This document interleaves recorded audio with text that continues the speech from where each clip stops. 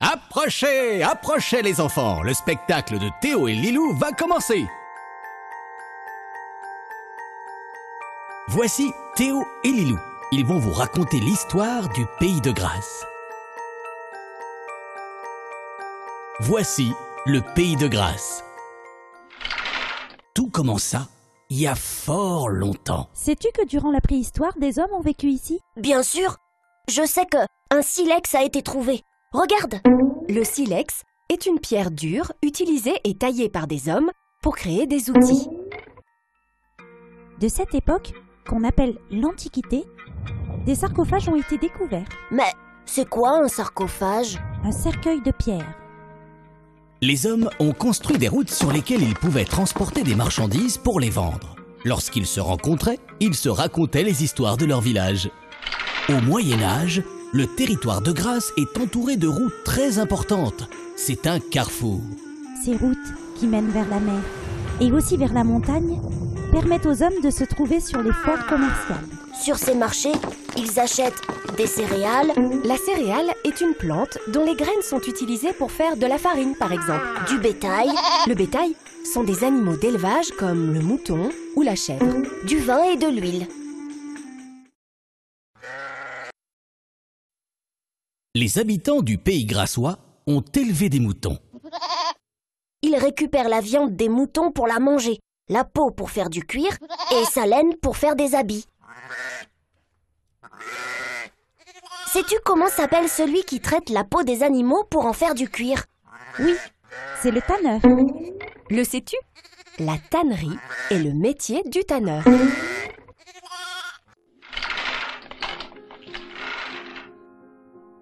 La vie n'a pas toujours été facile en territoire grassois. Plusieurs terribles maladies se sont abattues sur la population. La peste est la plus connue. Une population est l'ensemble des habitants d'un pays, d'une ville ou d'un village. Les personnes venues guérir les malades ont aussi attrapé la peste. Beaucoup de personnes sont mortes. Par exemple, au XVe siècle, Auribeau-sur-Siagne n'avait plus d'habitants. Cette maladie qui est la peste pouvait être transmise par la puce du rat. Au même moment, des hommes ont envahi les terres pour prendre les troupeaux et piller les maisons. Pour se protéger, les habitants ont fortifié leur village. Piller veut dire voler et casser.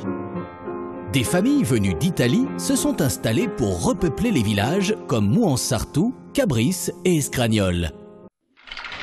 Les hommes du pays de Grâce ont continué à travailler le cuir. Ils ont fabriqué des gants, des ceintures, des petits sacs. Une mode est apparue, les gants parfumés. Puis, les hommes du pays de Grâce ont cessé de préparer le cuir pour se consacrer à la parfumerie. Ils ont cultivé certaines des fleurs utiles à la fabrication du parfum. Qui se sont bien adaptés à la terre. Le jasmin, La rose, le lavandin. la fleur d'oranger. Lors de la cueillette des fleurs, C'est un travail fatigant. Il faut se lever très tôt. Il est nécessaire de se pencher des milliers de fois pour ramasser des fleurs. Et puis, le dimanche est aussi un jour de travail. Pour mieux faire pousser le jasmin, les hommes du pays de Grâce ont déposé sur la terre du migon. Le migon est le fumier du mouton. pour fabriquer du parfum, les habitants ont construit de grandes usines. Dans ces usines, il y a des machines en cuivre, comme par exemple des alambics. Ce sont les chaudronniers qui fabriquent les chaudrons et les alambics. Les potiers fabriquent des petits pots en terre cuite recouverts de vernis pour le maquillage. Les verriers fabriquent le verre pour les flacons. Les imprimeurs reproduisent les étiquettes à coller sur les flacons. Des caisses transportaient les flacons de parfum de toute la France et dans le monde entier. Sur les collines, les bergers vivaient avec leurs troupeaux. Pour s'abriter, eux et leurs moutons, ils ont construit des cabanes et des enclos avec des pierres. Les hommes du territoire grassois cultivent aussi les oliviers et un peu la vigne. Avec les olives, ils fabriquent de l'huile. La vigne apporte un peu de vin. En hiver, au Pays de Grasse, il ne fait pas aussi froid que dans d'autres régions de France. Dans les années 1930, les touristes sont venus profiter du beau temps dans les villages du pays. On dit qu'à Saint-Césaire-sur-Siagne, il y a les plus belles grottes naturelles de Provence. Des magazines racontent qu'il fait bon vivre sur le grand pré de Saint-Vallier de Thiers.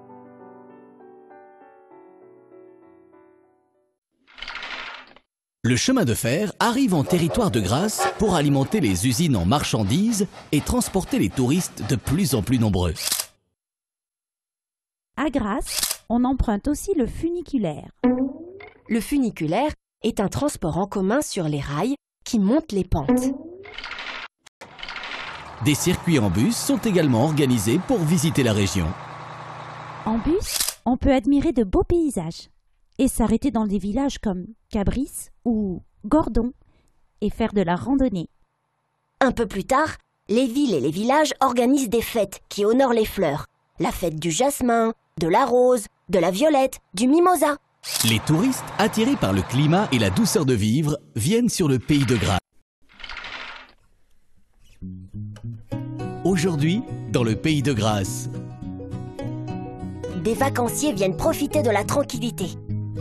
Des montagnes, de la campagne, des forêts, des sentiers, des places en centre historique du Pays grassois.